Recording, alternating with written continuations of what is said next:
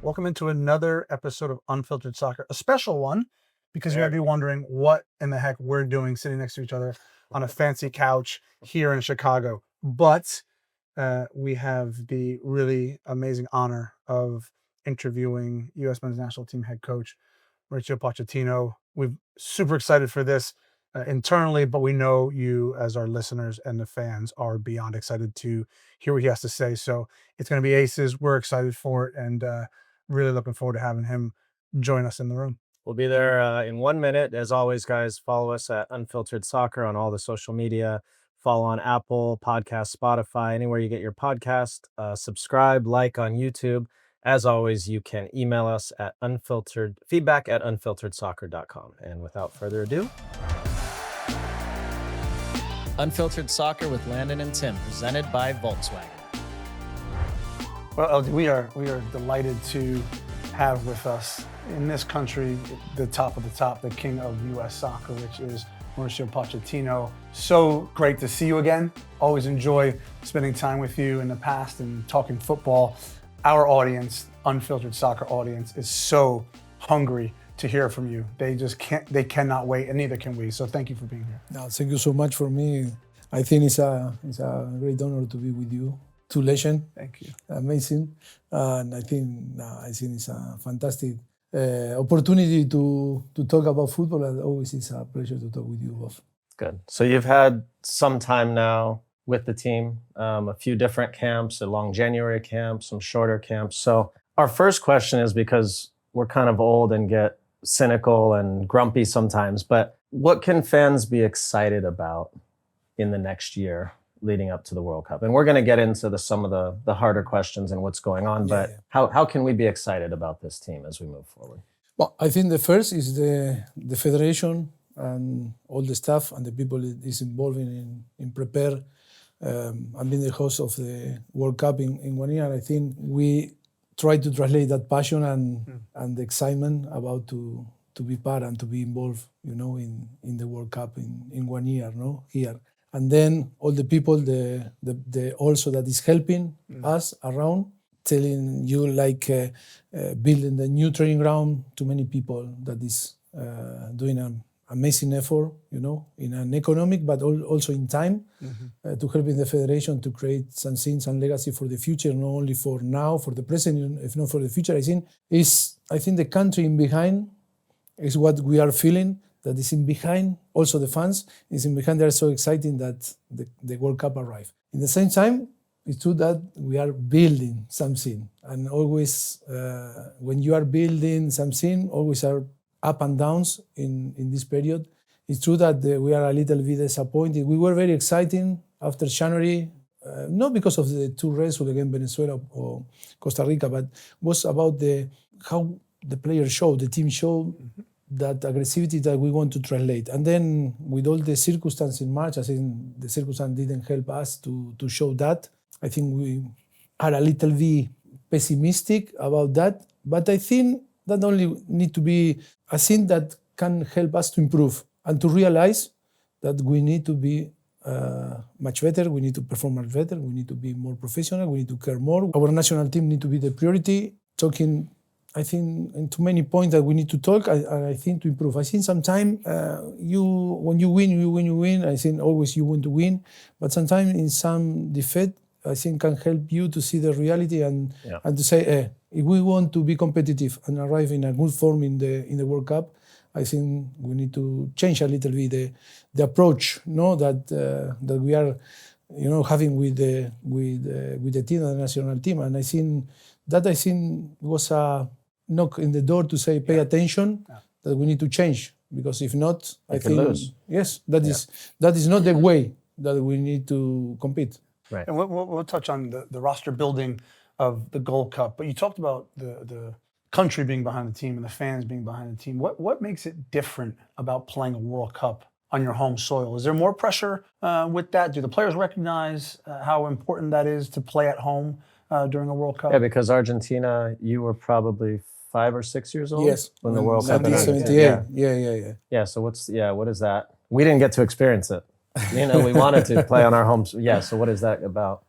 How do you think that's going to translate? No, I think it's going to be I feel the responsibility, and we all feel the responsibility. I think we try to translate to the whole stuff. I think the responsibility. In the same time, knowing that this soccer or football is about to enjoy, it's about to not to put too much pressure on the player because the player need to perform and more freedom, and if they are happy and they can express their talent.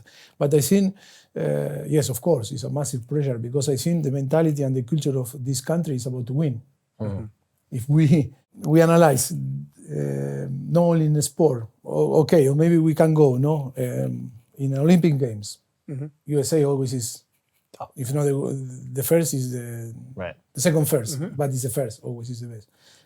Financial side, politics and everything is, I think the side of this country, mm-hmm. I think put you in a position that you need to deliver a job. Yep. You need to show that you are brave, that you are a winner, but not talking like I am talking now, because it's easy to talk, no? Mm. But the most important is go and to show on the pitch when you need to defend your flag there, fighting and being a team. That is the moment to say, hey, yes, we have quality. I am good player, but now it's about to defend your country. And I think when the athletes in different sport or Olympic Games, I think you can show that. I think in soccer, I think we need to reduce this gap, and I think we need to really believe that it's possible. But at the same time, we need to be able to do the effort. Yeah. Because that is the most important thing. Because sometimes we can say, yes, I want to do the effort, but after you need to show that you want to do the effort. And that is a problem sometimes, that the confusion is, I am professional, I care, I am commitment. Yeah, but who settled the line of the commitment, effort, and everything? That is the important thing, because maybe for me, big commitment in this line is good, but it's not enough to compete with another country or with another player. Or, being professional, what means to be? That is important. Under our experience, we are here not to change the culture, because your culture is amazing. Mm-hmm. The most important is to try to be here and to build some themes, some ideas, some philosophy to say, yes, that is a way to compete and to match the other big countries. Because I think that is the culture of the country. Yeah. That is why I'm not agreeing when the people say, we need to change the culture. What means to change the culture? Mm-hmm. Yeah, it's not to eat burger.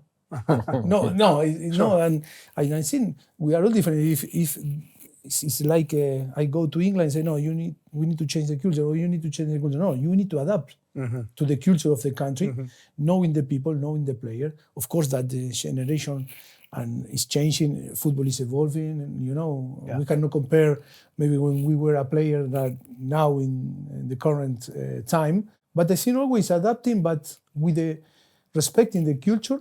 And then, giving your best to compete. It's so simple, but really difficult to translate to after to the pitch. The previous manager here, Greg Berhalter, said, we want to change the way the world thinks about soccer in America and thinks about the U.S. How does the rest of, because you are Argentinian, you lived in London for a long time, you coached in Spain. How does the rest of the world now view us today, right? And I know it's changed over time. How would you describe that?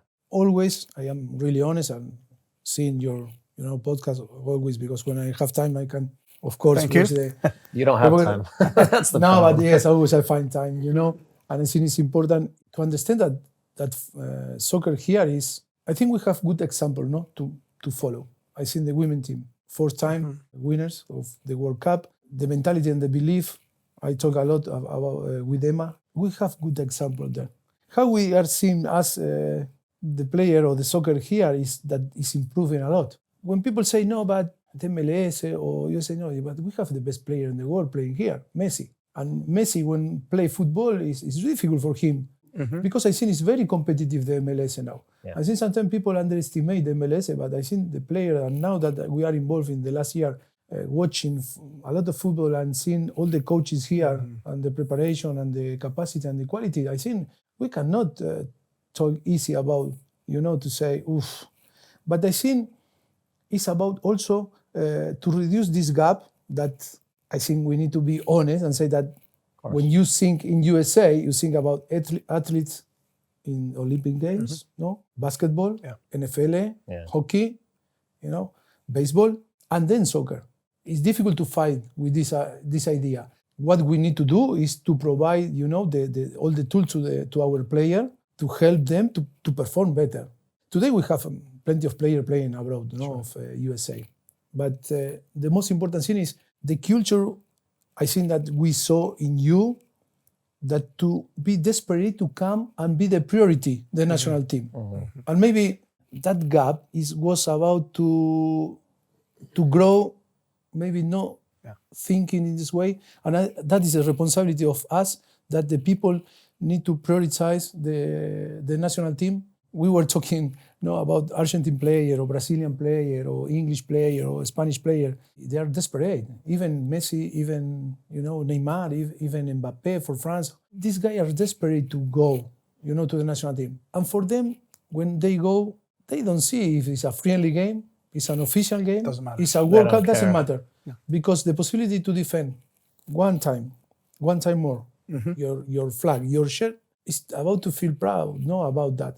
And that is the responsibility to us to translate. I was talking before with the manager of the hotel, because he said, what I can do, to help, translate to the player when I arrive, this passion, because I seen in the way that you were talking with me, you motivate me. Yeah. You inspired me. He was proud of his job. Yes, exactly. Very proud. Yeah. And that's it. That is what we need, is to feel proud, to feel the passion, to be desperate to play, to put the ego when you arrive to the national team outside. Yeah, it's so I good. think that is the most important thing. That I think that is our responsibility.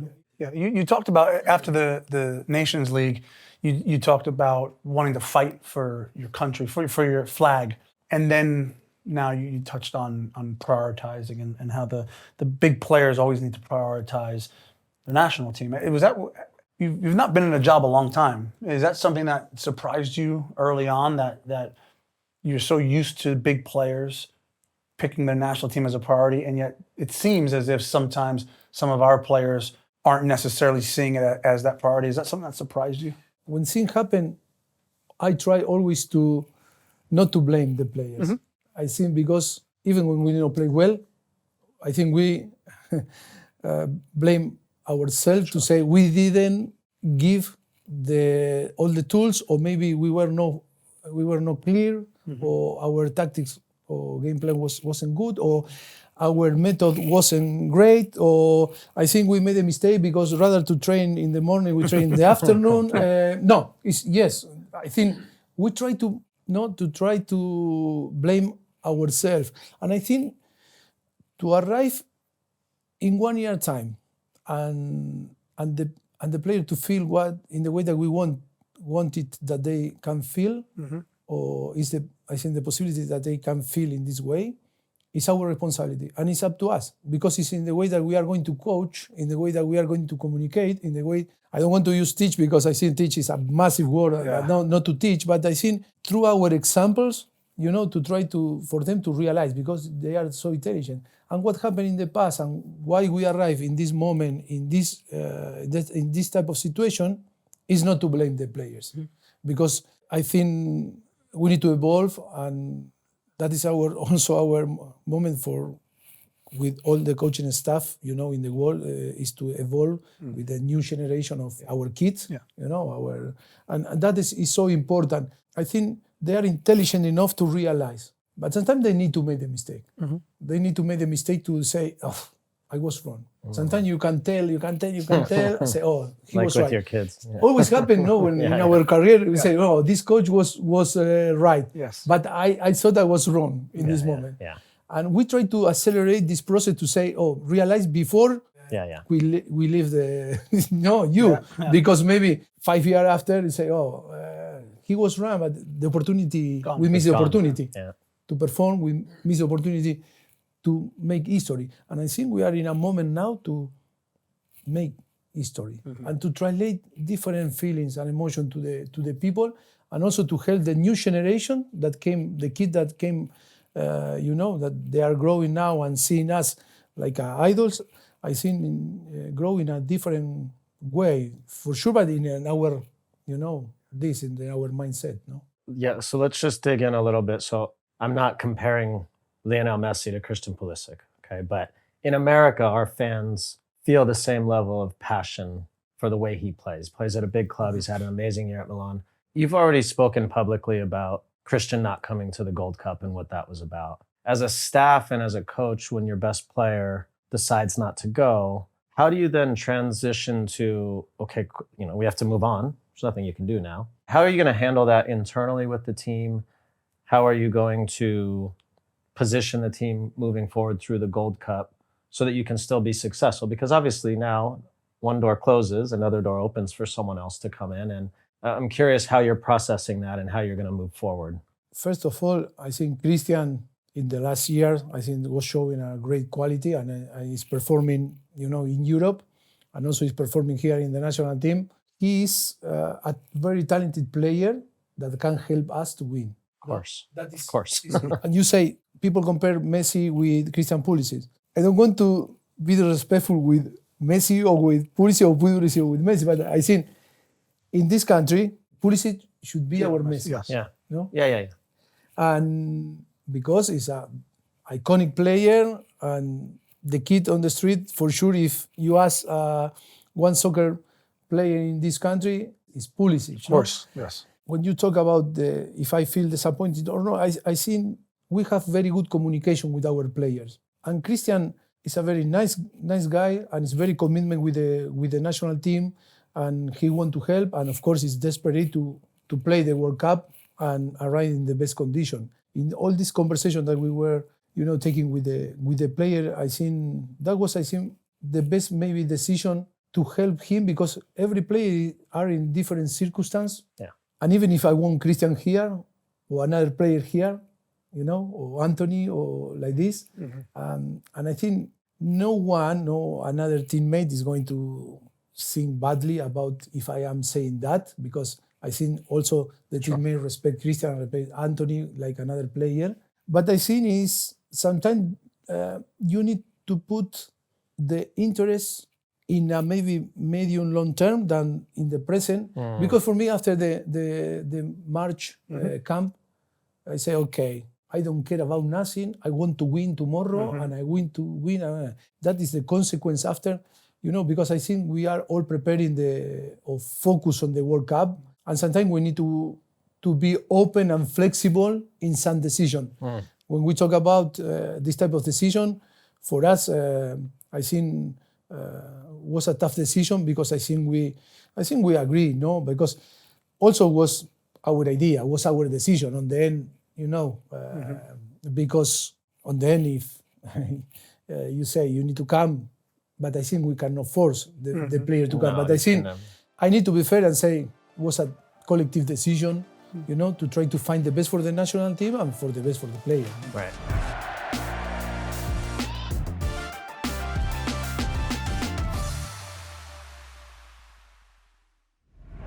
The Unfiltered Soccer podcast is brought to you by Volkswagen, the presenting partner of US Soccer. Since 2019, Volkswagen has been on a mission to drive the future of the sport we all love, and VW is committed to making it more diverse, inclusive, and accessible for everyone. They're not just talking about it, they're out there doing it. VW's partnerships, programs, and soccer clinics are unlocking opportunities for the next generation of players and fans. As a longtime friend of Volkswagen, I've seen firsthand how VW are connecting with fans and driving the sport forward. From working with them on clinics to being part of their incredible campaigns, it's clear. US Soccer is truly powered by the people. Thank you to VW for being our presenting partner. Learn more about how VW are supporting US Soccer at VW.com. There's a lot in life that feels like it should be guaranteed that just isn't. Your team winning the championship, the weather being good on game day, your friends remembering who has the tickets. Some days, you're a goal-scoring machine. And some days, the ball just passes you by. Right here on Unfiltered Soccer, we know that no matter how much you love the beautiful game, nothing on the field is guaranteed.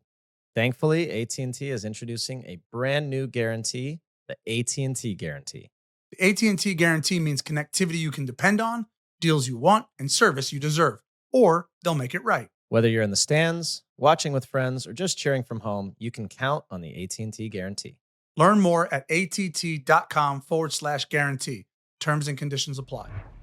All right, Timmy, this used to be my favorite time of year. I was playing all day outside as a kid, summer, no school, or playing During my career through the summer, the best times.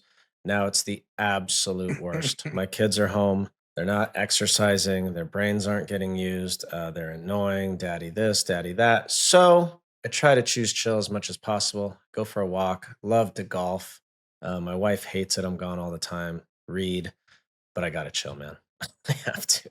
I choose chill in the summer more than any other time. I'm in airports all the time, traveling, get through security, straight to the bar for a Coors Light. I love to chill out. Obviously, in the summer, I'm on the beach, reaching the cooler, Coors Light. And of course, when summertime, you go to concerts, you go to music festivals. That's all you do. Me, some friends, a bunch of Coors Lights. Perfect time. Well, that's good to know. I guess that's what I have to look forward to. Coors Light is mountain cold refreshment, crisp and refreshing as the Colorado Rockies. Make the most out of the times you choose to chill. Choose Coors Light. Get Coors Light delivered straight to your door. Visit CoorsLight.com/USLNT. Celebrate responsibly. Coors Brewing Company, Golden, Colorado. Beer. So we talk about medium and long-term planning or goals. Does it obstruct you in any way trying to build toward next summer, not having potentially a bulk of your team together as you start to push through the Gold Cup, use that competition as a kind of a precursor to the World Cup? With no World Cup qualifying, which everyone talks about is a huge issue, does your staff and yourself see that as a problem?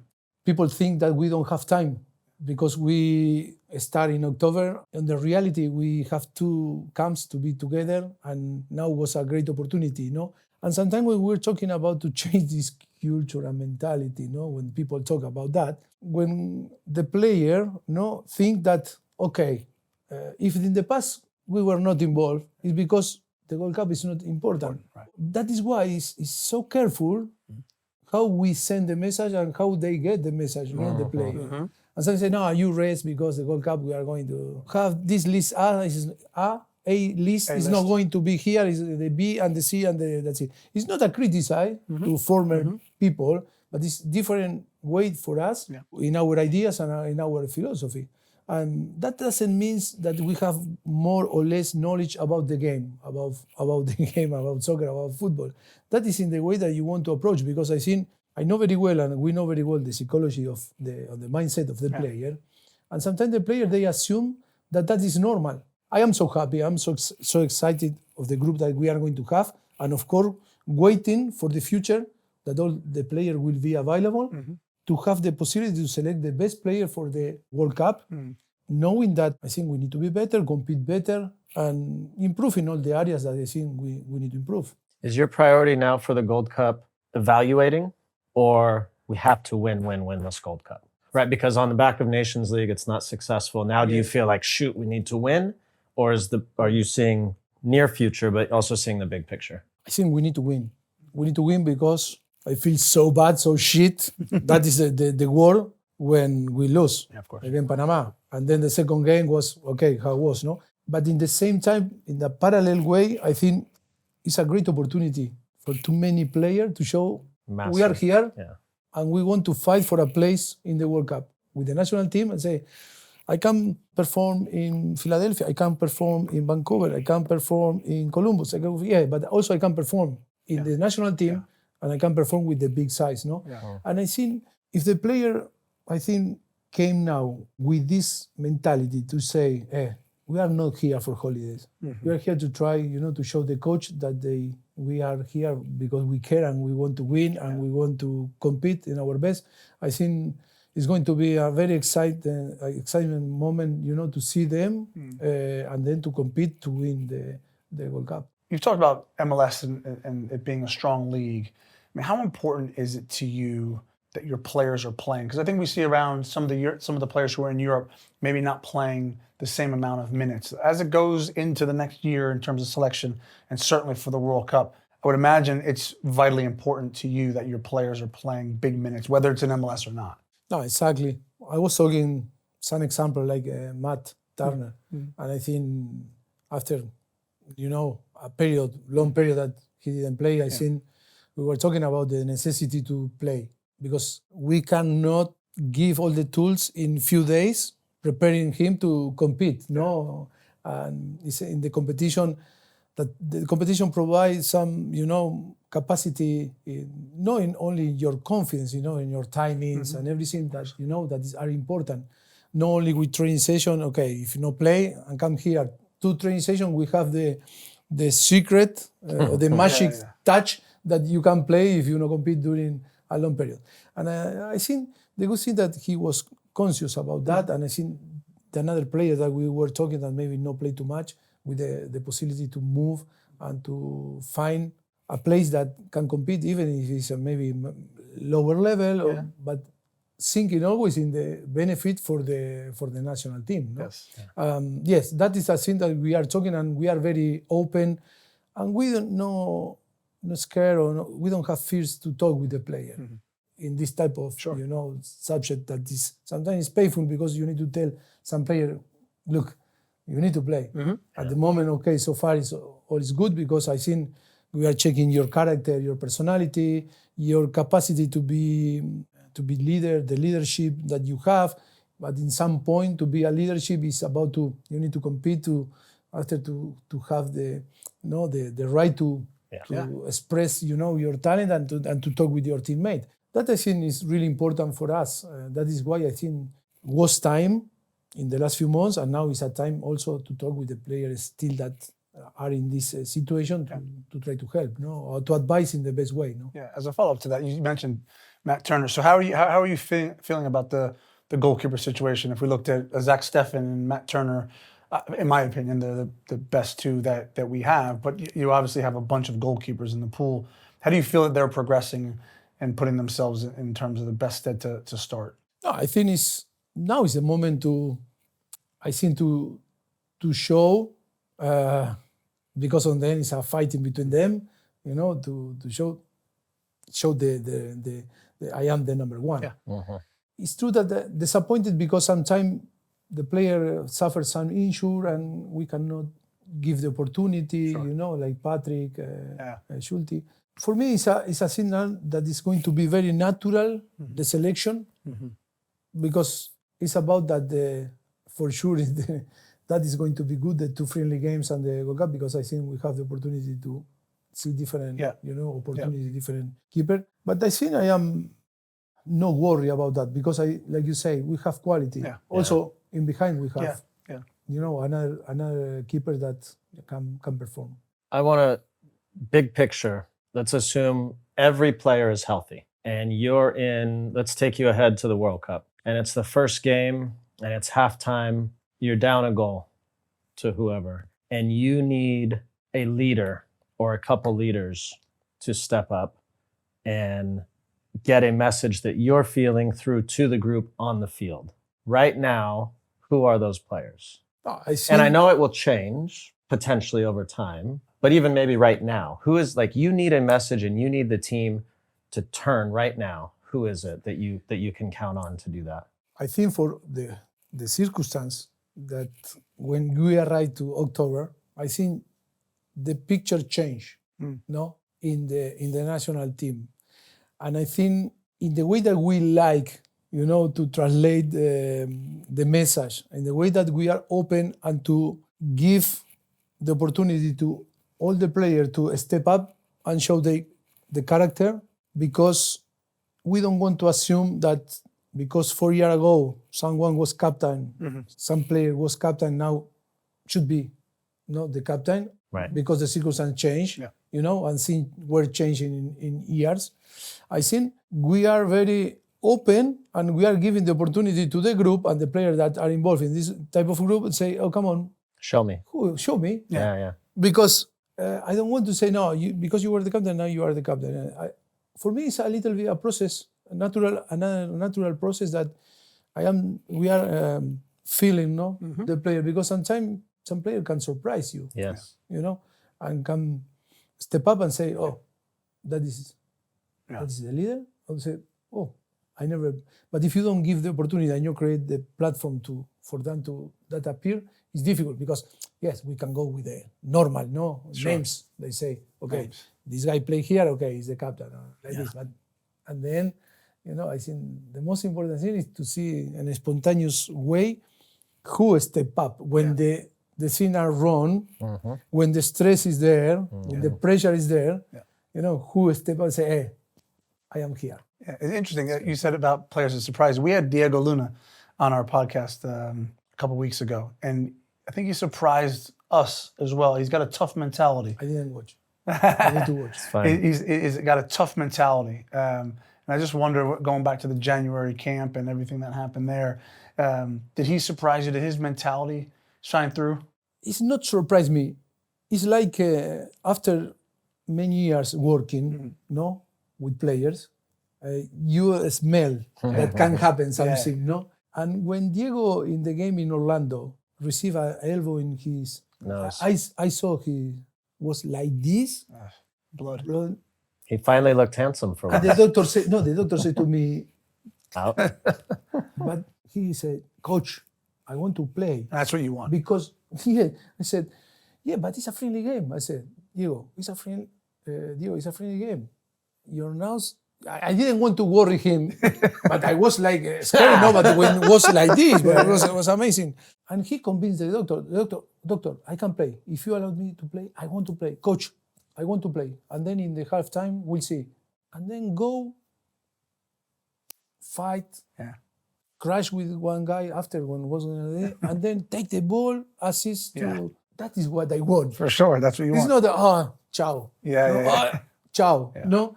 Yeah. That is what I want. That is the mentality. That is that you feel that the player play for nothing more than the pride to be a player, to defend the share. That's what you're used to in Argentina, right? I was like this. I played because of that, not because of my quality. Yes. It's been fun. It's going to be fun to watch him grow and see how he continues to do. Okay, I want to just a couple more, and thank you for being so gracious with your time. We just want to do a couple fun ones because certainly American fans are still getting to know you. And so they want to know just your perspective on big picture global football. So you were part of a lot of big rivalries, and then you grew up in Argentina. So from your perspective, biggest rivalry of these three: Spurs, Arsenal, Espanyol, Barcelona, Boca, River. I think it's easy for you, huh? No, the three are really tough, no? Because I grew in Argentina, River Boca always for me was the massive, I don't think American fans understand that yes. game or that rivalry. Like Spurs Arsenal is but that game is crazy. Yeah, but that game is crazy. It's crazy. That game is crazy. And then because divide a country. Yeah. Because in Argentina happened that you have one team and then Boca River, that is the difference with another maybe country. In Argentina, it's like it's divided between two, divide the country and River and Boca. And then you have another club. Right. That is amazing thing if you think. You mean you'll be a fan of another club, but you then can you be have then you fans pick of, one of I don't know. Gimnasio. Yes, exactly. And then I support more River or I support Boca. Amazing. It's like crazy because they are so big, these two. Yeah, for me, that's one of the best rivalries is Boca River. Yeah, and then I grow up there, and that is why for me it was an impact for me. So is this an easy question for you if I asked you who's the greatest Argentine player of all time? Is it simple? It's emotional answer for me. Maradona was my hero. And it's difficult for Messi to fight with my hero, no? To put Messi in a position of my... But I think both are amazing. Yeah. But Maradona is because emotional, no? Because when I was a kid, watching Maradona, Maradona. And that emotion that you build inside yourself, that is for the rest of your life. No? But Messi, what we can say about Messi. Nice. Everything. Okay, at any time during your life, this is a good one. In any let's say just to make it interesting, any Argentinian World Cup squad from 78 through today, could Tim and or me have made the roster on any of them? You can be honest. You won't hurt our feelings. Well, Goycochea, Emi Martinez now. I'm not making it. It's okay. It's fine. But maybe as the third. No, for me... He can carry the water bottles. No, but maybe I am wrong, but for me, you are in the top 5, sure or top 10 in the history, no? In soccer America. here in America, for Well, sure. top 1, top 10. No, but I think you were great players. And I think you if you rather to born here or there, I think you play for sure in the national team. I think so. For sure. This is what I saw under my judgment. It's not because you are here. Yeah. But I think a few months ago they asked me about, the player, USA player, and to pick my best player. Yeah. And I include you Thank you, so in thank you. both. No, but it's not because now we are here and I want to be nice. Because you were good. It's Appreciate not. that. And then you were tough. And We the type cared. of player, I think, always I said to, in England, some players said Adam Lallana. Adam Lallana. Yeah. When we arrived to yeah, Southampton, Southampton. Oh my yes. God, yes. And then he moved to Liverpool. Yeah. I said, you can be an Argentine or a Spanish player. If you rather to born here, you born in Spain, you play with Messi, with Iniesta, with Xavi, you can fit to play. And that is the case of you. For sure you can We're fit getting to this play. on camera, right? I've got to show everyone I know. Yeah, last one from me. I go through your list of players you've coached, and it's Messi, Mbappe, Neymar, Kane, some others. And I just think it's incredible the places you've been the coach and the people you've coached. Is it fair for me to ask you who's the greatest player you've ever coached? I mean, we know Messi is probably the greatest, but I mean, I look at what Mbappe's done in the game. No, exactly.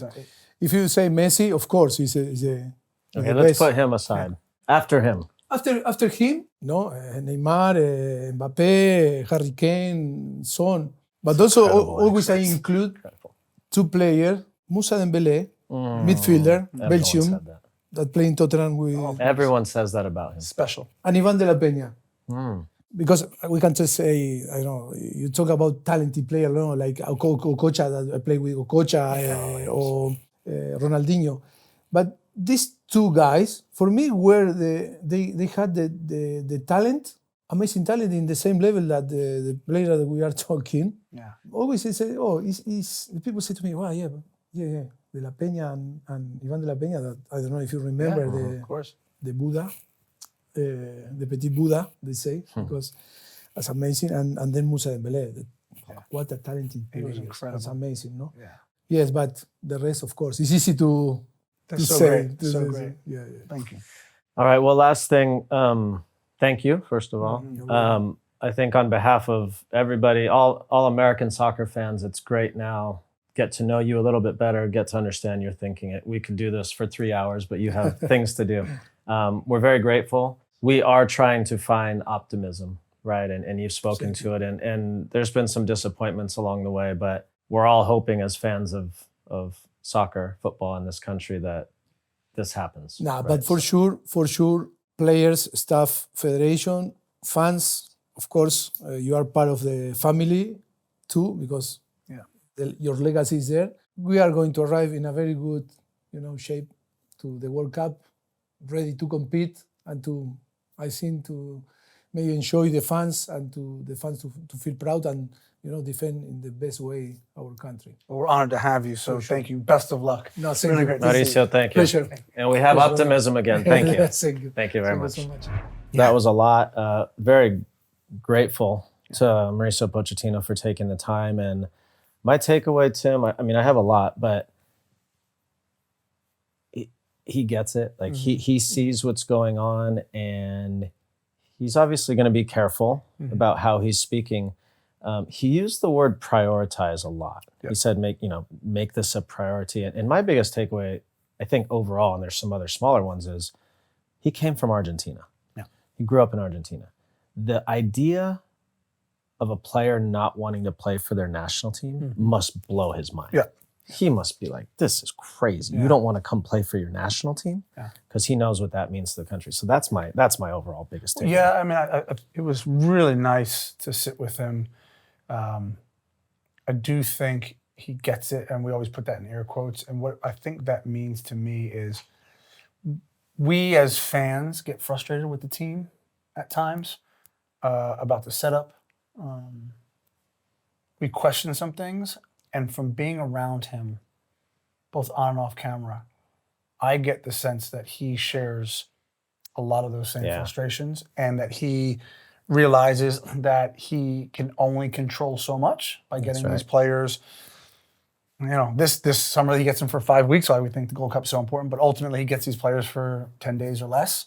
And so he's trying to figure out ways to not dwell on what he can't do, but try and fix what he can.